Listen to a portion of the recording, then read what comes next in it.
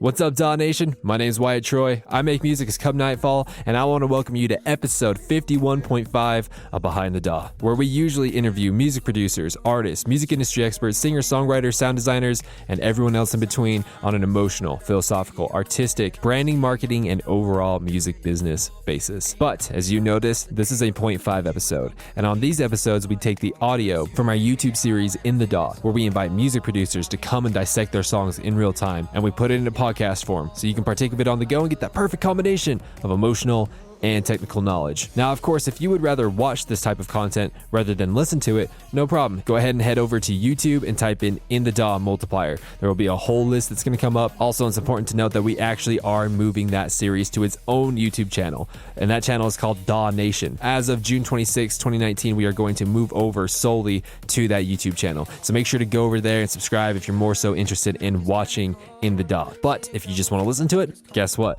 You're in the right place. So, DAW Nation, who are we going to interview this week? We have Biometrix, and he's going to be breaking down his song, No One. So first off, why is he someone that is worth listening to? Some of his credentials include him sharing the stage with people like Chasing Status, Mode Step, Gemini, Foreign Beggars, Netski, Camo and Crooked, and a bunch of other people. He also has 200,000 monthly listeners on Spotify, and he has releases on Night Blue Music, Trap Nation, Dubstep Dose, X Keto, Dark Step Warrior, and a bunch others. So what are you going to learn in this episode? You are going to learn about how to make hybrid trap, how Biometrix makes hard-hitting 808's, how to make it so your reverbs don't clash, and Biometrix Workflow, which includes FL Studio and Ableton. And as a gift from us to you, he is giving away the serum patches from certain sounds in this song. If you want to find out which sounds those are, you can download the presets from the link in the description, or you can go to inthedaw.net/biometrix, and that is spelled Biometrix. That is inthedaw.net/biometrix. So, DAW Nation, I hope you are as stoked as I am about getting into this episode. But of course, before we get into it, let's hear a word from our sponsor. DAW Nation, we are so close to releasing our updated version of the AU5 Ableton Sound Design course. The original course had over 5 hours of content, but this updated version, it has over 20 hours of content. This course not only teaches you how to do absolutely insane sound design using basic tools, but we are also including all the effects racks, instrument racks, project files, and you also get access to an unbelievable amount of bonus material. In fact, some of the bonus material includes a mini AU5 course where he shows you how he created specific sounds in some of his most famous songs. You also get access to a Max for Live course where I show you some of the craziest sound design Max for Live devices. We also have a third-party plugin course where AU5 and I show our favorite third-party sound design plugins and how to use them. There is also a whip masterclass where AU5 sits down and creates an entire song, beginning to end, from scratch. And finally, there is an AU5 walkthrough course where he walks through 3 previously released tracks, 1 unreleased track, 1 track from his new LP, and 2 tracks from his newest EP, Energize. The original price of the course before all the updates was $147, but with the combination of all the updates and all the bonus material, the new combined value of this course comes out to be $497. And even though most people listening would pay that if they had the money, the unfortunate fact is that most people don't have that kind of money laying around, which is why we've been playing around with the idea of a subscription model, where instead of paying $497, you can have access to everything for only $47 a month. You can cancel anytime, there's no long-term commitments, so that you can keep the course as long as you need, but when you're done, you're done. That's it. So, DAW Nation, again, at this point, we are just playing around with the idea of the subscription model, but if you are interested, please let us know down in the comments wherever you are. So, DAW Nation, keep your eyes peeled for the update of the AU5 Ableton Sound Design course, but until then, let's get into this week's interview.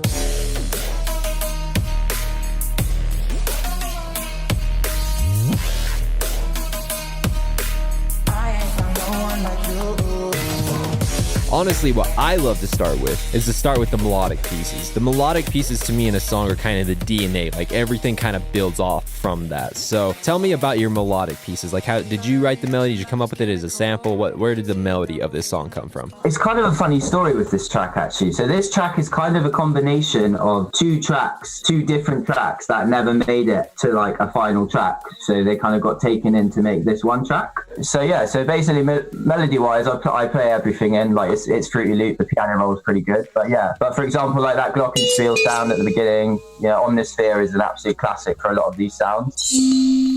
The melody up here. Just to fill the space a little bit, so I added another layer underneath it.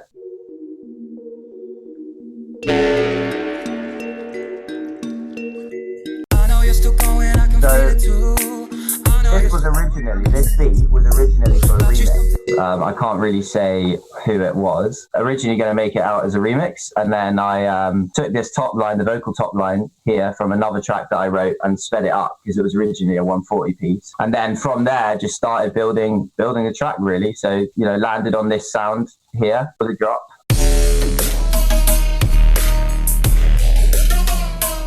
And from there, kind of just restructured the top line. So the glockenspiel at the beginning, and then that sound that you just played in the drop, which melodic piece of those came first? Which one of them kind of built off of each other, I guess is what I'm looking for. So it started with this. This was like the very first point. I literally just played that. Let's just get that going. And then you kind of start the structure. So you start with your basic melody and then just like allocate a section for the drop and then allocate a section with that melody again. And then I just kind of added in the groove, and then the drop came after that. So with the melodic part of the drop, is that a variation of the melody that you were playing at the very beginning? I don't think so. I think it was a completely new one. So what? So like the difference between this melody and the drop melody here. Yeah, exactly. Yeah. Did those play off of each other, or were they independently created from each other and they're not related at all? No. So they were always together. Like basically the vocals were from another song, and then this was originally a remix. So they were always written together. Like once I got to this point here, because this one started from the beginning. I wrote from the beginning. So once I got to this point here, I then went straight into the drop and came up with that melody. This was the first thing that came out, and then I just adapted it and changed the key once I had the new top line. That drop synth that you have going on, that lead that you got going on. So with that, how did you design it? That was pretty cool. Or is it a preset, or what is it? To be honest with you, it started as a preset, which is fine. It's a double layered synth, so there's two sounds going on. So you've got the first one is like a weird sort of deep housey thing. Like, to be honest with you, my sound design, I usually just like find a good preset and then mess with it loads until I make this a sound that I can use in various shapes and forms, and then save that. And then like a few months later, I might load that sound up and think, oh, I'll mess with it again. So this is like, I think like two saves ago, it was like a preset. But yeah, essentially this is like, so you've got this sound here. And then on top of that, we have... So guys, if you want that preset, if you want to go in and see more detail about that preset, that is for free download down in the description. Make sure to go click on that. The two presets that you just showed, are they automating over time, or are they, you have them programmed in Serum and that's kind of it? The sounds themselves like stay pretty similar to how you heard them. Cool. throughout the most part. Obviously, there's you put your sorting out the delay there, but put your EQs on there. I'm also using this plugin called Endless Smile. This little guy, mate, he like makes my day every day. Look at him, he's awesome. This is like such a shortcut, I find. So quite often what I do is I'll like just put like a really fast reverb filter on at the end, just to give it that fizz.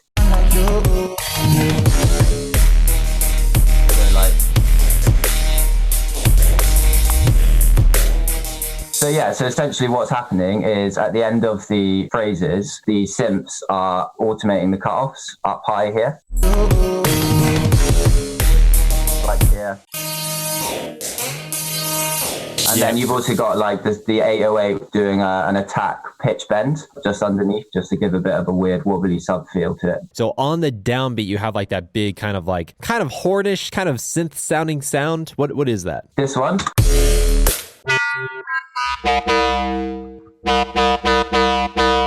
So this one is, just like another one built off the back of a preset. I'm pretty bad at explaining on the sound design processes, but essentially that was built from, I think it was off a Cymatics preset before. Obviously just chucked a bit of like distortion on it, just to give it a bit of fizz.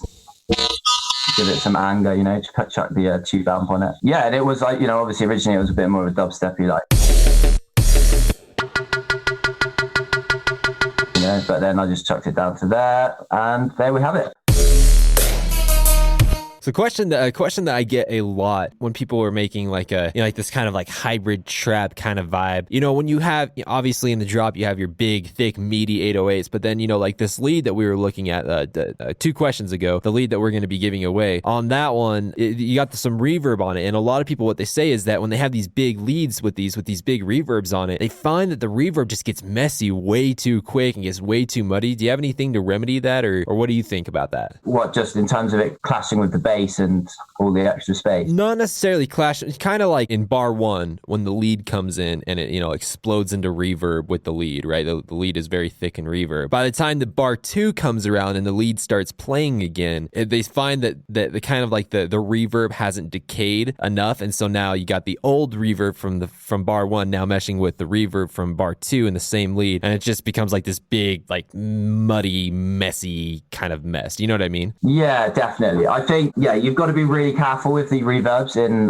hybrid trap. I find, especially as like so much of it's about making the transients and like the really quick cut-offs, and suddenly you have everything and then you have nothing. And obviously a big part of it is leaving enough space from all the other sounds that are going on as well. If you've got like a bass, you've got like an actual like mid dirty bass and an 808 and a reverb synth going on, you obviously have to knock a load of the clashing frequencies out on the EQ of the lowest of the mid synth, just to allow the space for the reverb decay. And then obviously if you can, then automating the actual automating the reverb wet signal as well quite often helps. If you can do that like on the beats. Is that really automating the reverb is where you're going to get the most amount of bang for your buck there? Like for example, what I really like to do, like if I have a sound, the sound is reverb heavy, but I don't want it to be clashing all the time with other pieces of reverb. What I love to do is I love to just put a sidechain compressor on there and compress it to itself, so that when it plays, the reverb drops out, but when it's not playing, the reverb rings out. Does that make sense? Yeah, that's a really, really good way of doing it for sure. Absolutely. Have you seen the sidechainer and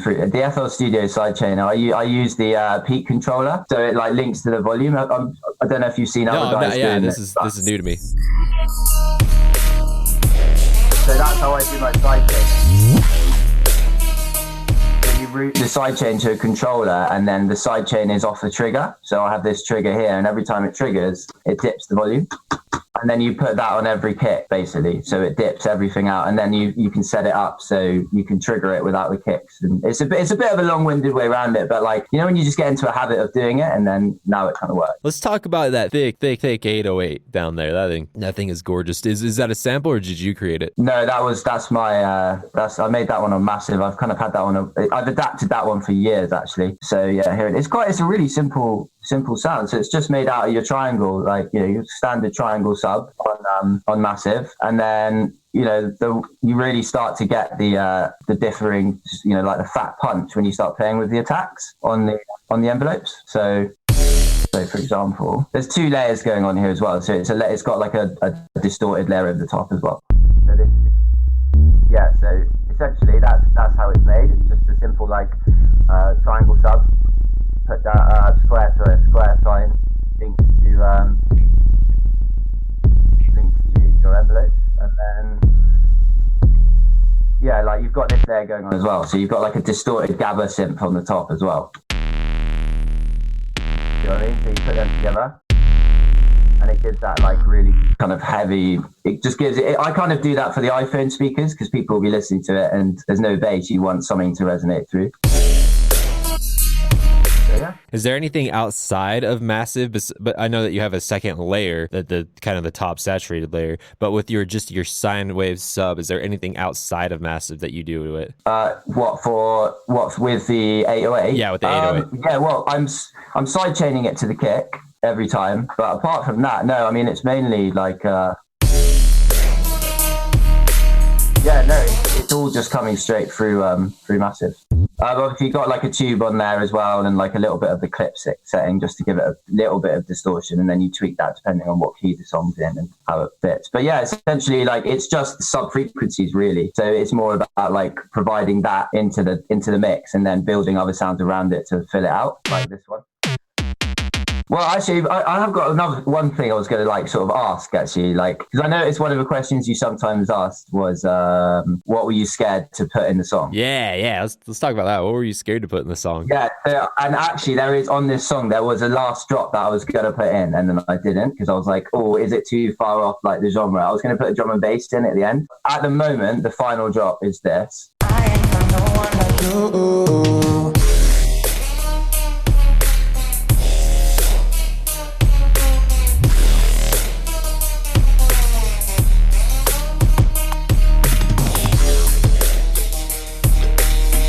Yeah, but then I was gonna play with something like this.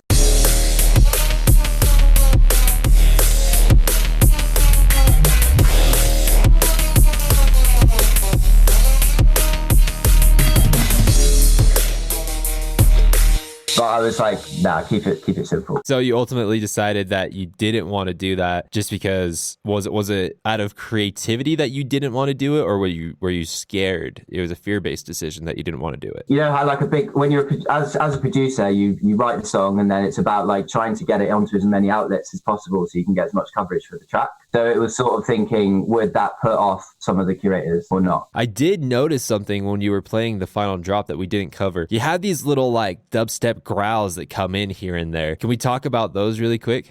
Yeah, for sure.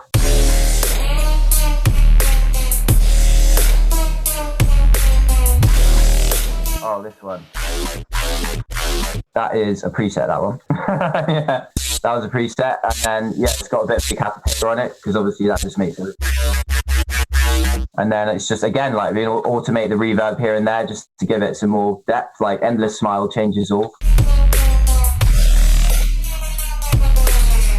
Is there anything else in this song that you wanted to talk about that we didn't get a chance to talk about? I mean, I guess like in terms of the vocals as well, like there's quite a lot of layering going on the vocals. I've put a few like robotic sounds in the background.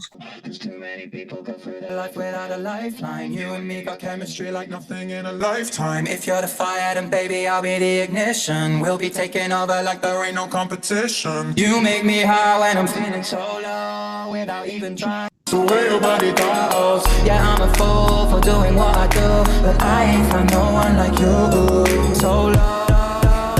I mean, again, that like kind of brought a lot to the track, I found as well, just because it's quite empty. So I was just trying to give it like this kind of almost digital, like not quite human sound. So I was like pitching down all the formant filters on Little Altar Boy by Soundtoys, which gives it that kind of robotic effect. It sounded like you had kind of like not a vocoder, top box?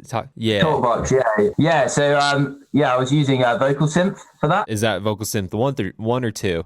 Two, vocal synth 2. So good. Such a freaking good synth. It's so good, isn't it? It's so easy, like so out the box. It's just crazy how you can get such amazing sounds. I would show you, but like I actually do all the vocal stuff that I do in Ableton. So I kind of use Ableton like hand in hand with it, but it's just so good for sampling, you know. So normally, I do this in Ableton, process the vocals, and then import them into FL to carry on working on it. So tell me about that, because I'm really, really interested in that. So you kind of got your Ableton FL hybrid workflow. I mean, why not just one or the other? Why are you using both? So like Ableton is just amazing for audio editing, and I think it's kind of unbeaten in terms of how fast it is in the workflow on it. And you know, quite often, like I live with a lot of musicians and I work with a lot of session musicians, and I quite often like recording, like more and more I'm recording like live audio and then messing with it. Like Pheromones, an older track of mine, like the drop was the sound of a saucepan, for example. And you can't really, I don't find FL has as many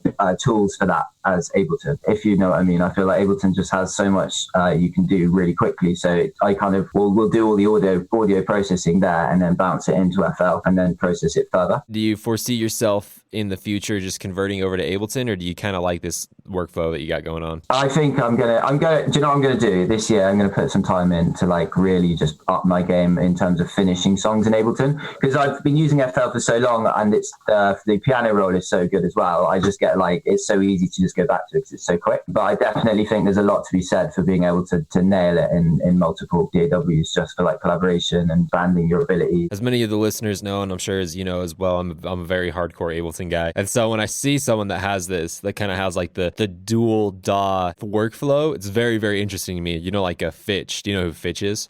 Yeah, I do. We're actually doing a collab at the moment. So you probably already know this. For the listeners who don't know this, he like writes and produces in Ableton and does all the mixdown in Pro Tools, which is like extremely interesting to me. It's really cool to see the diversity of work. Definitely, yeah. It's weird. I mean, I think it's also like I do, mastering I do in Ableton as well, actually. Let's talk about that for a minute because I'm interested. Did you master this song that we're looking at right now? Yes, I did, but it was just a multi-band compressor. Oh, that's all you did. You just threw a multi-band compressor on the master. Yeah, pretty much. Yeah, like I tried really hard to just get the mixes. Like I don't know, I just found the mix was like there's a lot of like space, and I felt like a lot of the mastering, putting too much mastering on it was making it feel too compressed, just because it wasn't letting the sub resonate as much. So I just thought a little bit of multi-band compression on it, and that was it. But yeah, I've got unfortunately, I didn't save the master chain. This is because obviously I produced the track in FL and then mastered it in Ableton. Is that pretty standard when you do a mastering? Is that is basically a multi-band compressor? Yeah, usually, most of the time. Sometimes I'll try Ozone a little bit as well, but I just don't really get on with Ozone so much. And so is it mostly like a multi-band compressor followed by a limiter? Is that usually basically it? Yeah. Like no, just usually it's just a multi-band compressor I put on it, really. Final question that I have for you, you've heard on the other episodes, basically, like if you could go back and recreate this song, is there anything that you'd want to do differently? This tune? Yeah, I mean, I would like to get I'd like to have had a different vocalist on it, I reckon. Like, I would love to get like an amazing R&B singer on this, just to give it like a bit, just to lift it that extra level. And yeah, maybe put, maybe I'd keep the drum and bass drop in at the end. If just, how there's always room to lift the track another level. Exactly, I agree. And I did want to tell you, how you're saying that like maybe you want to get into really finally wrestling the Ableton monster and really getting to know everything with that. I got some good news for you. It's not out yet, but basically what it is we took the Ableton manual, we made an entire course about it, but we made it funny, we made it fun, and it explains every single thing about Ableton in such an easy to learn and entertaining way. It's absolutely fantastic. So I'm good on that, along with the sound design course that you've just given me as well. Learn my way to success. Well, dude, do you have any final words for our listeners today? Well, yeah, I guess just like thanks so much for having me on. It's been really cool to be on In the DAW. Thanks so much for having me on, man. Hey DAW Nation, hope you enjoyed this episode of In the DAW with Biometrix breaking down his song No One. Again, I'd highly encourage you to like, comment, subscribe, repost, follow on whatever platform that you're on, like iTunes, Spotify, Google Play, Deezer, Stitcher, YouTube, SoundCloud, wherever you are. It doesn't matter. It just helps us know that we're moving in the direction that you need us to. In fact, I would highly encourage you to comment on the specific technique or specific concept that really hit you hard this week. Was there something in there that really hit you hard? I want to know about it. Please comment down in the comments. And again, I would highly encourage you to go over and subscribe to the new YouTube channel for In the DAW and Behind the DAW. That is called DAW Nation. It's on YouTube. You just type in DAW Nation. It will come right up. There's a beautiful little picture of the DAW Nation laptop. It looks like it was Thanos snapped and it's like disintegrating. So go ahead, go over and subscribe to that. Also, I'd highly encourage you to check out the last episode of Behind the DAW. That one was with Julian Calor. In that episode, he talks about his technique on how to create so much music. He also talks about making multiple types of music underneath one brand, and how Julian's purpose is to give everyone the feeling that it's not only okay to be different, it's the best thing in the world. So again, please go check that episode out. There is a link in the description for that episode. DAW Nation, thank you so much for listening to this week's episode of In the DAW. Make sure to comment on the thing that absolutely blew your mind in this interview. But DAW Nation, have a great day, and we'll see you next week.